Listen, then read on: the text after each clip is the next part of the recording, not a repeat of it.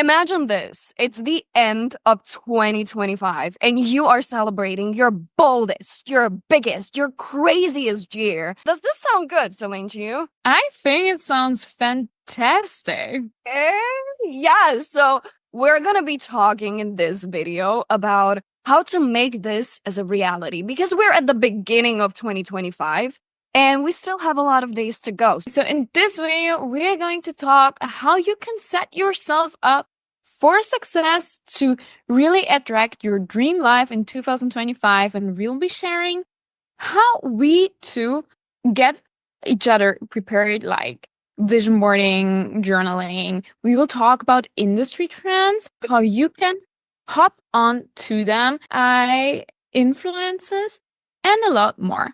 Without further ado, I would say let's get started. Should we, Natalia? Yes, we should. So do you want to do the intro? Okay, so let's start at the beginning of 2025. And how do you actually start? Is there like a practice, a method you like to do at the end of the previous year or beginning of the new year to like really get yourself a clear vision and set yourself up for the next year? What is it that you do? Well, I mean, personally, it is just a big change and it's good to have some specific plans and points, bullet points. But for me personally, I do struggle a bit with vision boards, which I know that you're good at, but I do mantras because I do like the talks and I feel like the words kind of come into me a bit better than the vision boards is great as well. However, I feel like I have to like repeat the words and the mantras so I feel it in me more. So it's kind of like, it's sending out a bit stronger because vision board, like I love to look at the vision boards, but I feel like I don't feel it that much. What do you think about this? So I must say I have like this whole practice that I started doing like I think 2 years ago or something at the end of the previous year or sometimes also beginning of next year, that I start with like thinking about, okay, how did my year go and what do I want to like manifest for the new year? And then I have this practice where I really get channeled into just myself, seeing my vision and yeah, creating a vision board. So I really like to do that. And there I go crazy. I just put anything on there that feels right with me that I want to like achieve in the next year or maybe even a bit longer. So it's kind of a mix between short and long term vision for me with a vision board. And then I create this. And then I also like to really, again, write down specifically what I want to achieve. So I have this kind of journaling practice then that I also do at the beginning of the year. I also did it this year where I really take my time. I listen to like frequencies and everything. I write down my vision, how I want to feel in 2025 and everything. And then I also write down really clear goals with specific date, specific numbers and everything. Because I feel like a vision board, as you said, maybe that's why you are not such a fan of it. A vision board for me, it's like just the overall idea. But to like really get a clearer picture of what I want, I also write down what I imagine, for example, 2025 to be like. I feel like vision boards are great if you want to manifest some specific material goals. So I think it would depend on what you kind of want to manifest in your life, but I also get your side with the mantras because it might be a bit more specific, like really targeted. If you kind of have your one or two mantras and you keep on. Girl, 1, 2 mantras. I have like a whole list, which is like I read before sleep, and it's like Okay. damn list of like notes. However, like I figured out because I love to put myself goals for the New Year's, like specific goals. But right now, I feel like I'm just gonna zoom out a bit. I have several, and now I'm not pushing myself to go for like it is important to have specific goals.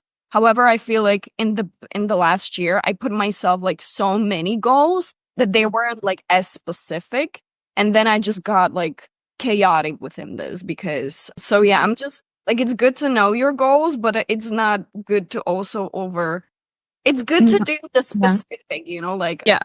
Yeah. simple as well, like measurable, time manageable, and like be real about it. Because I had like a conversation with my mentor, and she was like, Natalia, I mean, yeah, you are kind of like here, and you know that you might probably not achieve it, so like be real with your goals. And she like that like slapped the shit out of me. I'm like, wow, maybe I'm not that good with my goals. The thing is, I feel like some people get it also, maybe, let's say, they don't get it wrong with goals, but you can have long-term goals, and if you're at zero right now, you probably won't achieve 1,000 within a year, but you can have 1,000 in like 5 years if you continuously work on that goal, kind of. And so I think it's more important to have like an overall vision of where you want to go, and then have maybe two or three, that's enough already, two or three main goals for 1 year that you would like to achieve. And the bigger the achievement, the less other goals you need, because you can only focus on one or two things a year, or three things maximum. And you can write down your goal, you can have that vision, but then you also need to take action.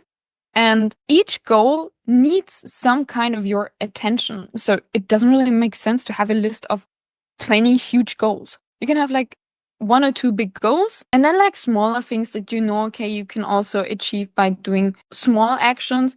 But the bigger goals, one or two, because else it's like going to be like way too much.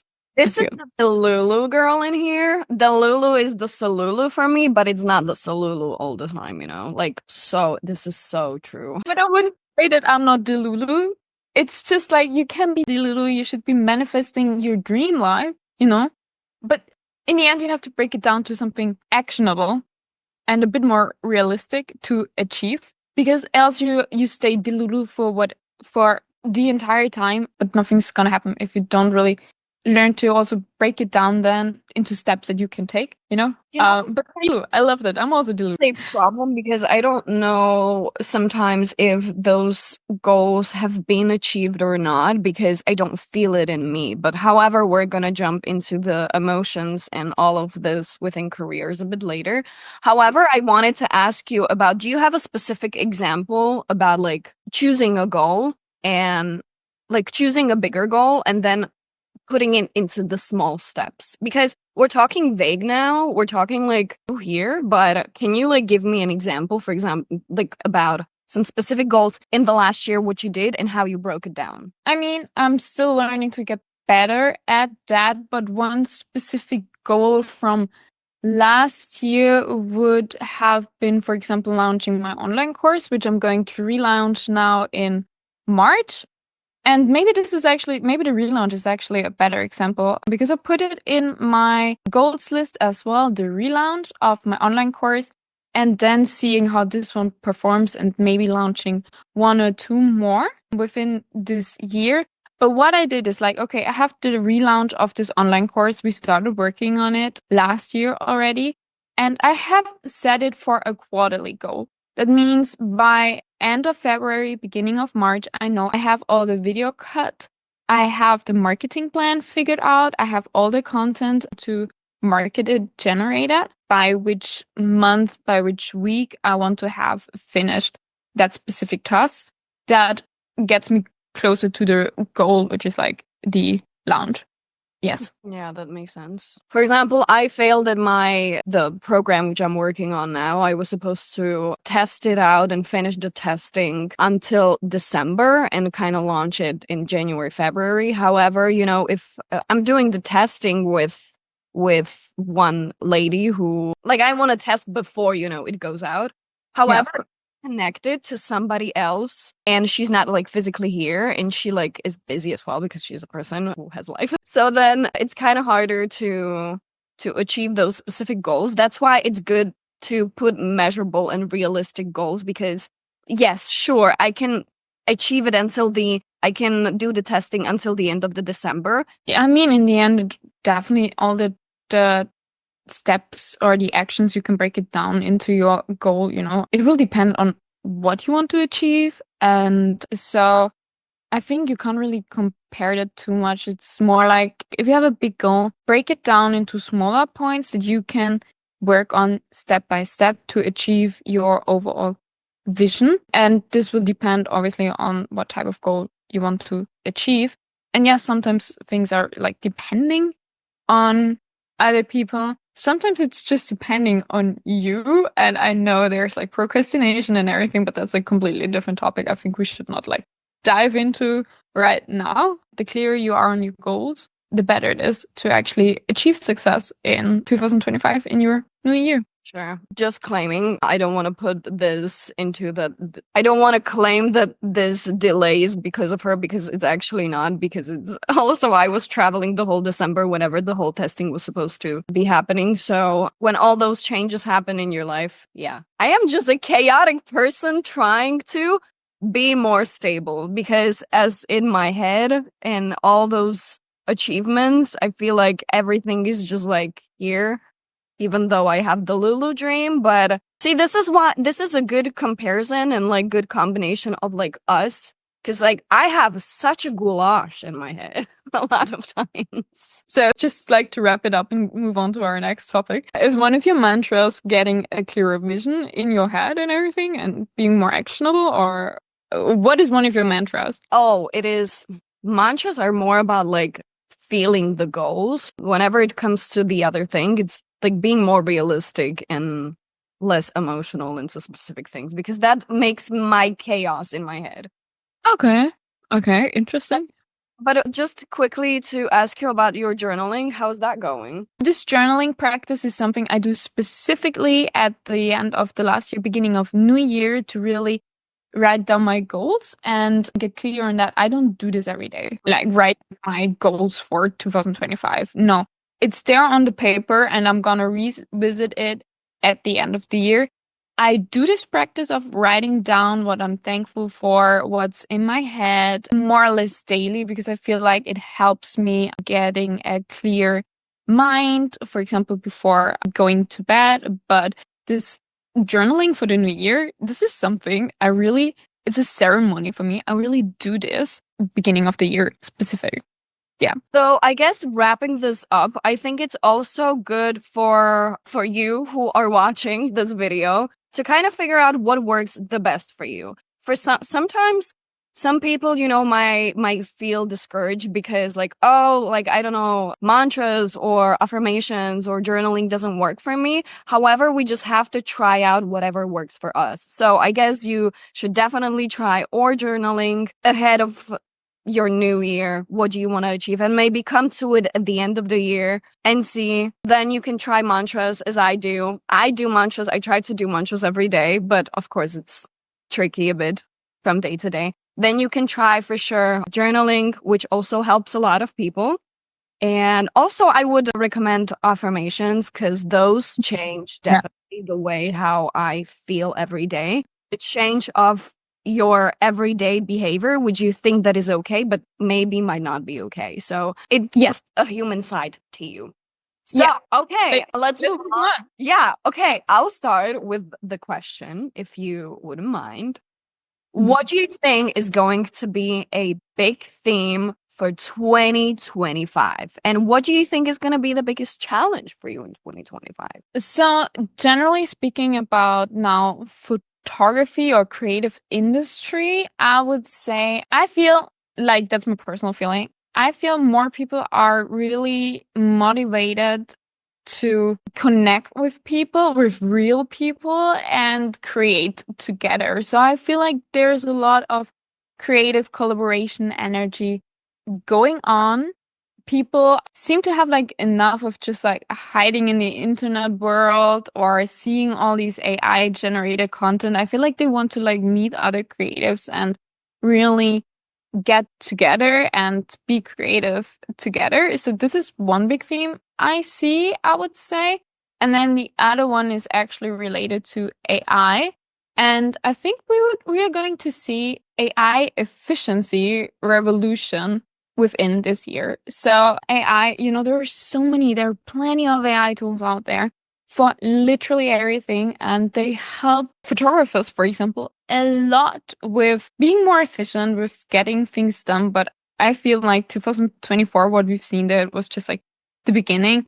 And there's like a lot more coming. And I think it's going to be this kind of race to efficiency. And those who master these kind of efficiency tools or learn how to use them and implement them in their workflow, they will, in the end, become really successful. I feel like that. So it's really about this AI efficiency also. Yeah.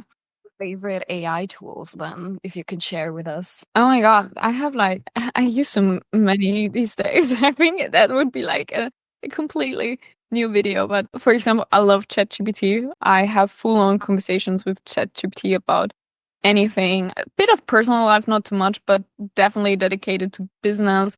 I ask about how to do shipping stuff, other photography client related stuff, sometimes even getting feedback on emails to write, proposals, and so on and so forth. And then in the photography scene, I use a lot AI plugins for editing, retouching. You have the whole AI masking, culling, so that AI selects your favorite photos, and so on and so forth. There's plenty. And I'm just like excited to actually learn much more about tools that are out there or coming or like being released soon. So yeah. Super excited about this How about you? You have mentioned, and you're really like in this field, and it's fascinating me because I also myself want to go and dive more into this field. However, it is there some kind of scarcity because okay, I'm an actress as well, and whenever it comes to also styling, I understand that the human feeling is still like really important, and people are going for it because they're kind of missing it, especially I would say in the big cities.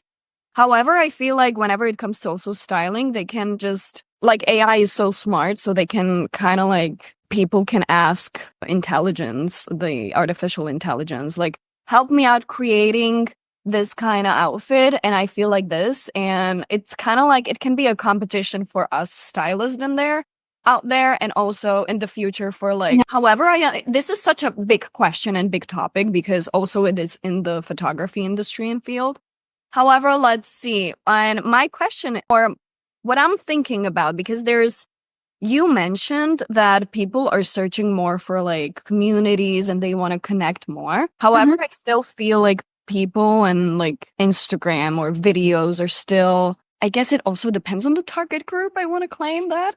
However, I still feel like girl target group is still loves to watch like aesthetics and, like beauty and like less of this field of like perfection. So what's your opinion about this? I mean, I think it depends on the age group, but I feel like these beauty tutorials, they will always be styling. It will always be trending fashion. This is something so many people are like interested in, men and women. I think people still want to connect more to real people. So because there's so much AI generation going on, with also AI avatars and everything, I feel like people still want to like either meet in person or really follow someone who is engaged with someone who comes off as real. Like, I think in the last couple of years, we've seen so much of everything needs to be super fast, everything needs to be super fancy edited and so on and so forth. And then with like so many effects, and these days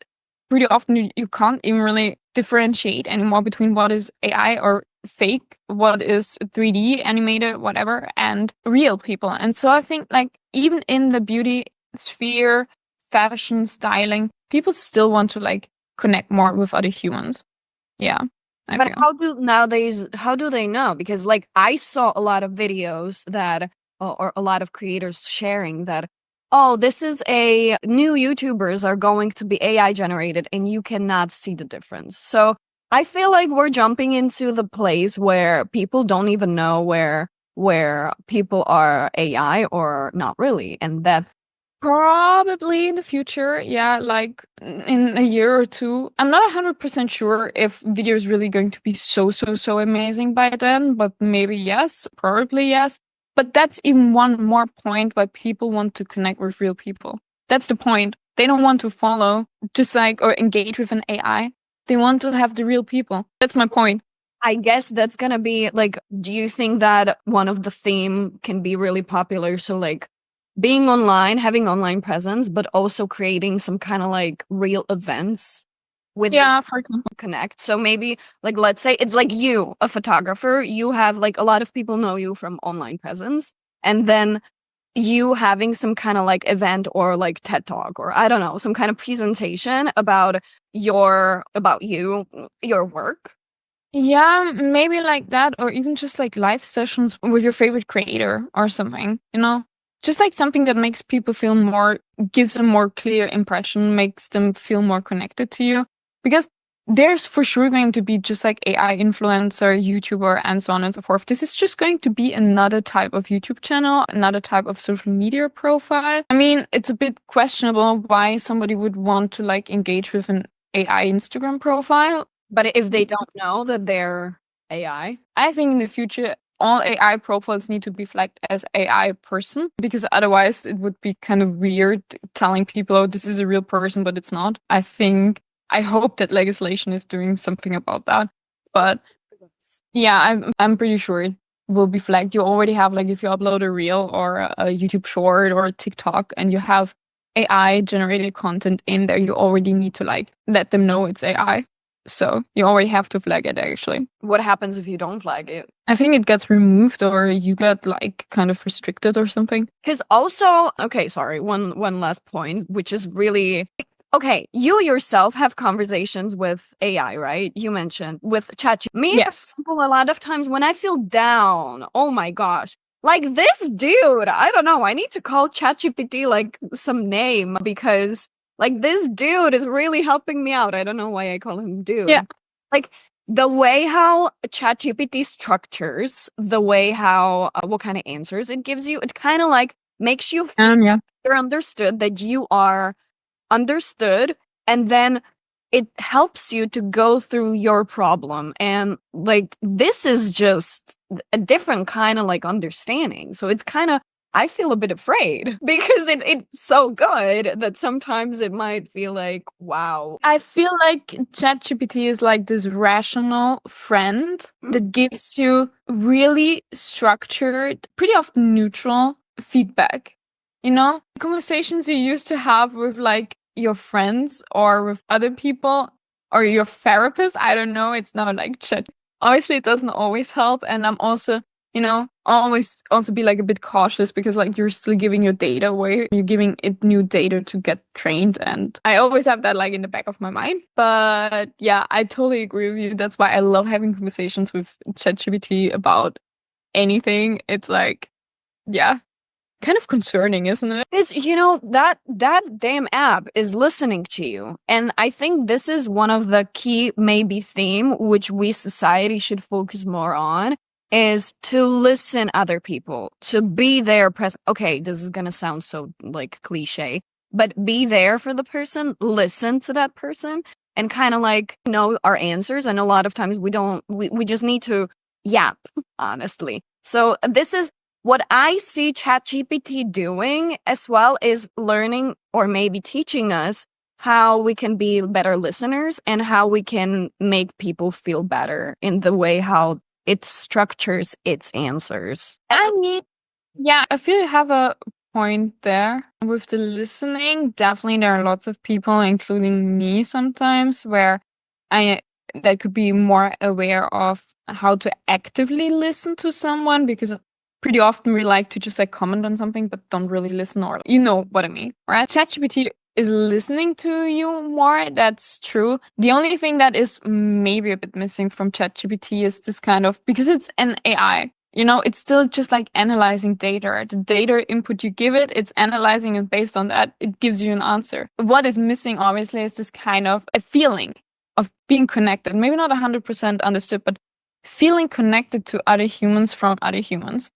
You know? I get it. I get what you mean. However, it is like, as I am an actor and I work like creatively and abnormally with my emotions and feelings and like human interaction, I have to tell you, it is quite scary how I feel that that damn thing understands me so much within my emotions that a lot of people cannot even.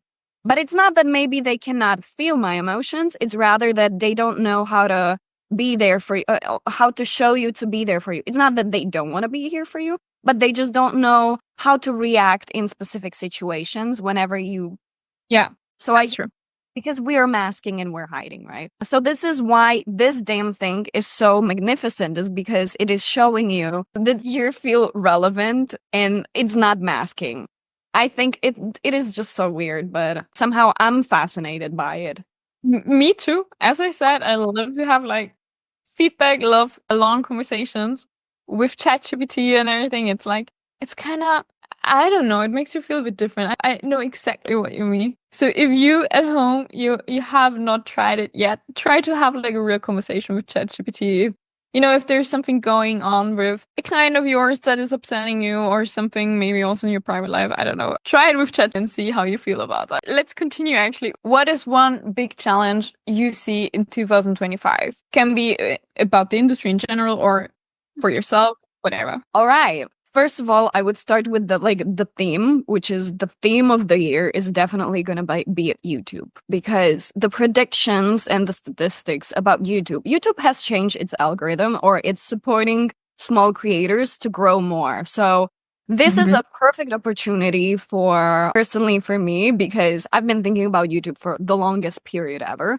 And it's fascinating that YouTube, after years, and maybe we are in the really golden era right now, that YouTube is supporting those small creators from within every possible section. So it's a big deal because, as you mentioned before, that people might be tired of like super edited stuff and like videos or like super high pro quality. For example, Sam Solek, which is a guy who's been like doing YouTube for like the past year or 1 year, year and a half. And he is doing long form content, no editing. It feels really real and human. So I guess this is gonna be for me personally a big challenge, because I am starting a new life and I want to share real raw feelings, a lot of feelings, which I have, a lot of troubles and journey from within like acting sphere, because I'm an actor, so styling industry, and I'm opening up a visual studio, like a graphic studio. So I want to take my viewers on that journey of like, let's fail together and let's learn together. So like taking them on the journey. And what's going to be also exciting, that I shot a TV series last year. So I'm going to have lots of behind the scenes. So it's going to be an exciting year for me and YouTube. And it's going to be exciting, but also very challenging, because I really much want to delve deeper into it. And also I'm going to be focusing less on my like styling, hands-on styling, but rather like personal styling, because I'm working on a program which is called the Main Character Program, which is transformative program from inner and within. And it's going to be also recorded for YouTube, like the whole journey of how a girl can become the main character of her life within styling, the confidence, presentation, camera work, etc. So YouTube. But Celin, I know that we will be doing YouTube together, right? Yes, exciting, exciting. What's going to come next for you? Like all you just mentioned sounded like really like a lot of changes, challenges, but also really nice goals. My YouTube, I also want to dive more into YouTube. And so we're doing the series now, I hope, more frequently. We already have like the next ideas actually set out. So guys, you can check back if you want to in a week or two. Then the next video will be up here. And yeah, definitely exciting news about YouTube and the predictions. Should we say thanks to the TikTok ban in the US? I don't know. Do you think the ban is going to happen? No, it's scheduled to be shut down on the 19th of January. So yeah.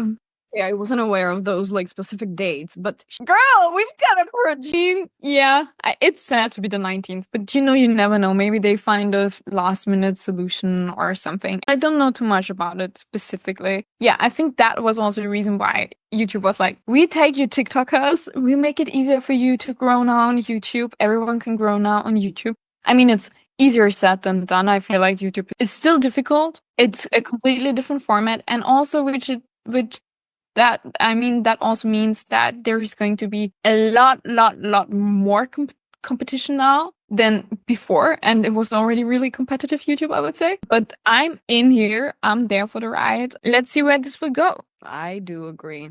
But I mean, YouTube is a bit more difficult because of like editing, the time consumption. And so I think if you really want to go for it, you like really have to decide to go for it because, yeah. But that's the thing about goals in general. You have to dedicate time, focus, energy, and just like your attention to it. And if you have one goal like YouTube, for example, it's going to take away 25% of your time. If you really go full into it, it's 100. If you go half into it, it's 50%. But you need to be aware of that because like if you have your goal now of like YouTube and you want to grow on TikTok and you want to like become a personal trainer in this and you want to be a top model at the same time, whatever. I don't know, just like counting some random things. But you need to be aware of where you put your attention and how you manage your time. But you need to do it and dedicate your time to it. that is so true. I mean, whatever you mentioned, that you want to do so many things. Yes, I want to become a top model as well. No, but like it is my example that I just do so many things. But hey, girl, my mentor has mentioned that I should do time blocking. And when I started to do time blocking, I'm like, okay, I'm not gonna just like watch a video because I feel like it. Because if I'm gonna do time blocking and I'm gonna write like, oh, from 14 to 14:51, I was watching a YouTube video. Fuck no, I would be ashamed of this to share this with my mentor. So I was like, so you would say maybe getting a mentor is definitely beneficial. Who, if you're like this kind of person who procrastinates, gets mixed up with all the ideas in the head and everything. Yeah, like me. Yeah. Okay. It's not like I want to do procrastination, but it's just like I can be effective, like working 25 hours per day. But then, like it stops and I'm tired and I can't deal with anything. I'm overwhelmed. So it's good to just know how to just go with the flow. And yes, I definitely recommend mentor because I tell you, all the answers are in you. I'm sorry that I'm fucking screaming, but I have to be a bit motivational to everybody watching. Every answer is already in you. You're just way too shy and you're afraid and you don't know if that's something you should pursue. I recommend mentor because this person is there to support you and have your back and make you accountable. So important. But you already know what you need to do. I'm asking the listener right now. You already for sure know what you need to do. You're just afraid or you just don't know how to start, for sure. That's a good message. And I think a brilliant message to actually wrap this part. What do you think, Natalia? Should we move on?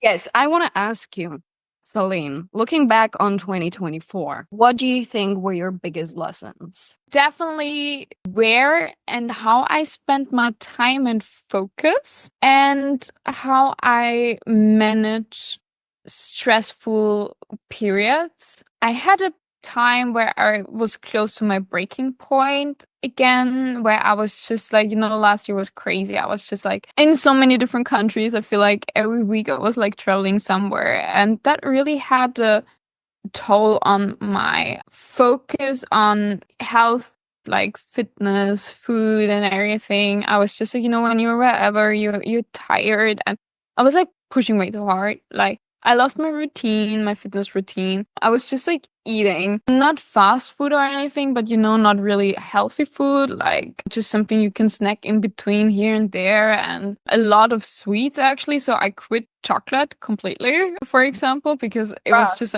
like I'm trying not to eat much sugar anymore. Then, I had so many photo shoots where something just like went wrong, failed, canceled, and all of that. And I reached a point, I think it was in like June or July, where also my body was like, I remember I was landing at the airport on the way home, and I just felt like, oh wow, I feel so dizzy. I feel so sick.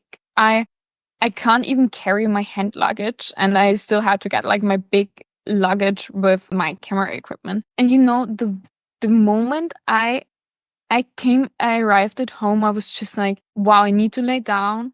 I really don't feel well. I was talking to my sister. She's really into like mental health, mindset, awareness training and everything. She was like telling me, what's the point of like ruining your whole health and everything? You're right. Without health, what's left?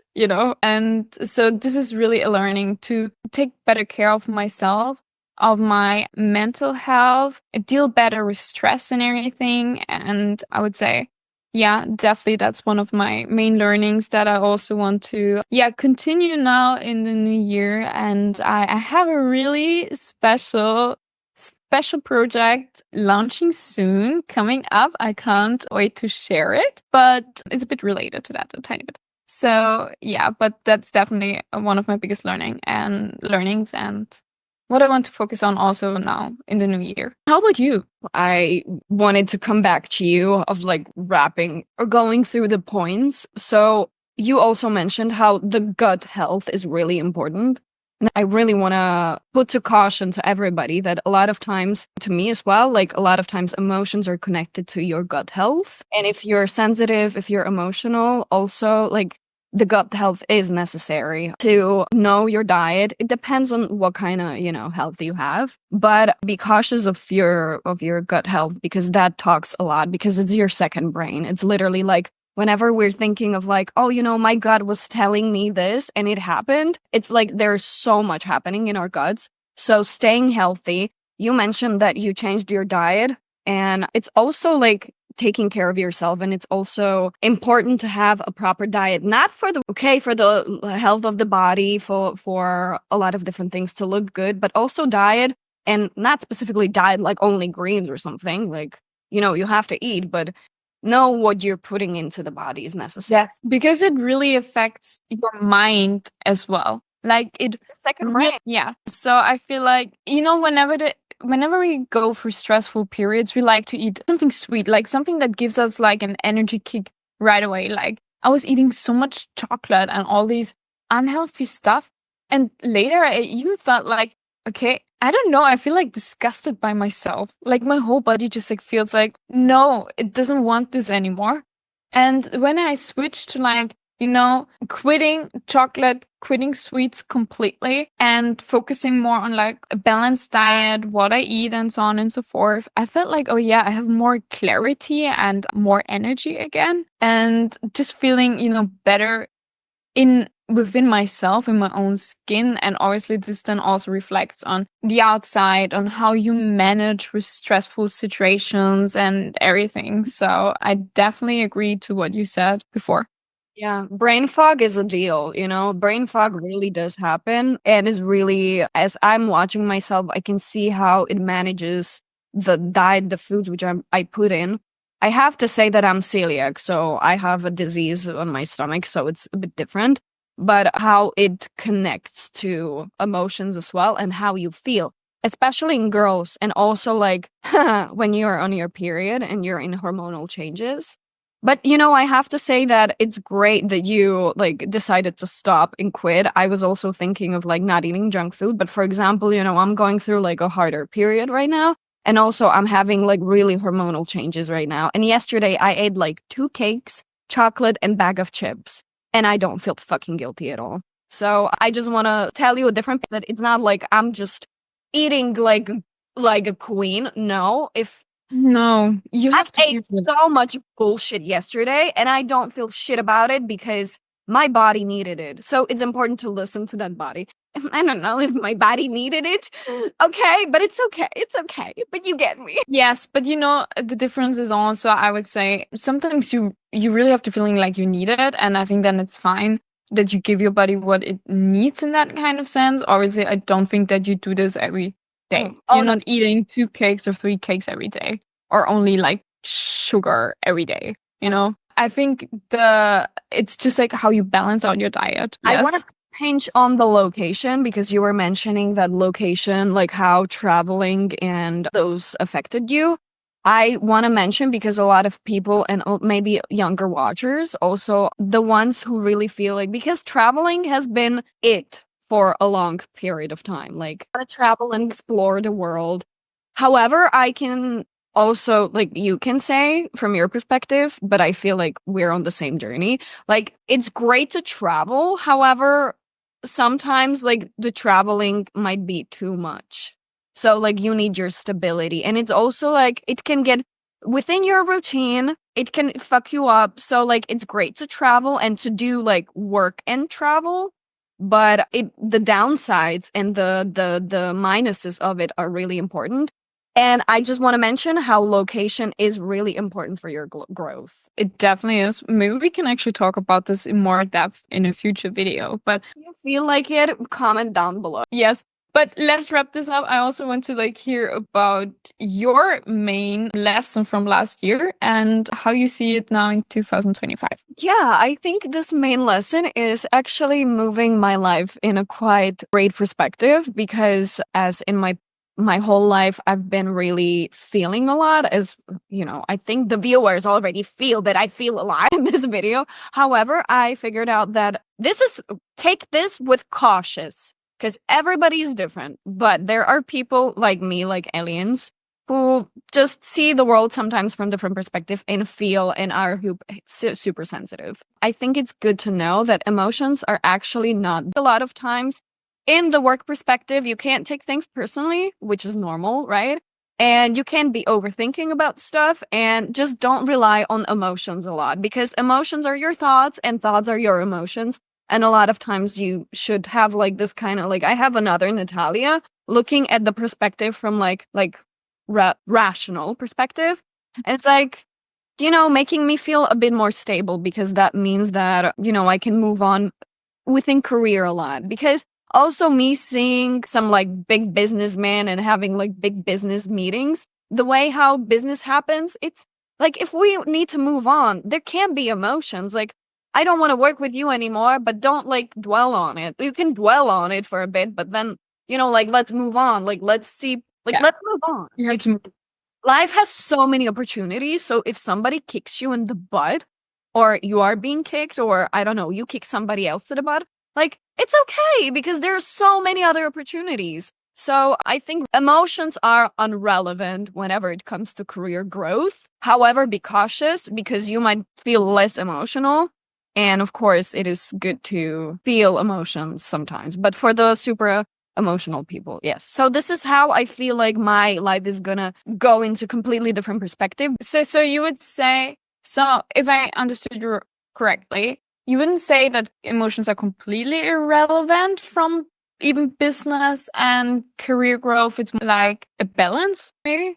Oh Or yeah. would you say that completely? Okay, so for the hypersensitive, this is the message. Emotions are not that relevant for your career growth. For somebody who is more balanced, you know, it's emotions are great for like connections with clients. Great for, I mean, business, and a lot of times it's about like personal connections, sorry, and like exploring and being on the same kind of journey because it's easier to work with somebody who you kind of have the same perspective with and who, you know, who is just like, you know, we can talk about our families as well and who have we something in common.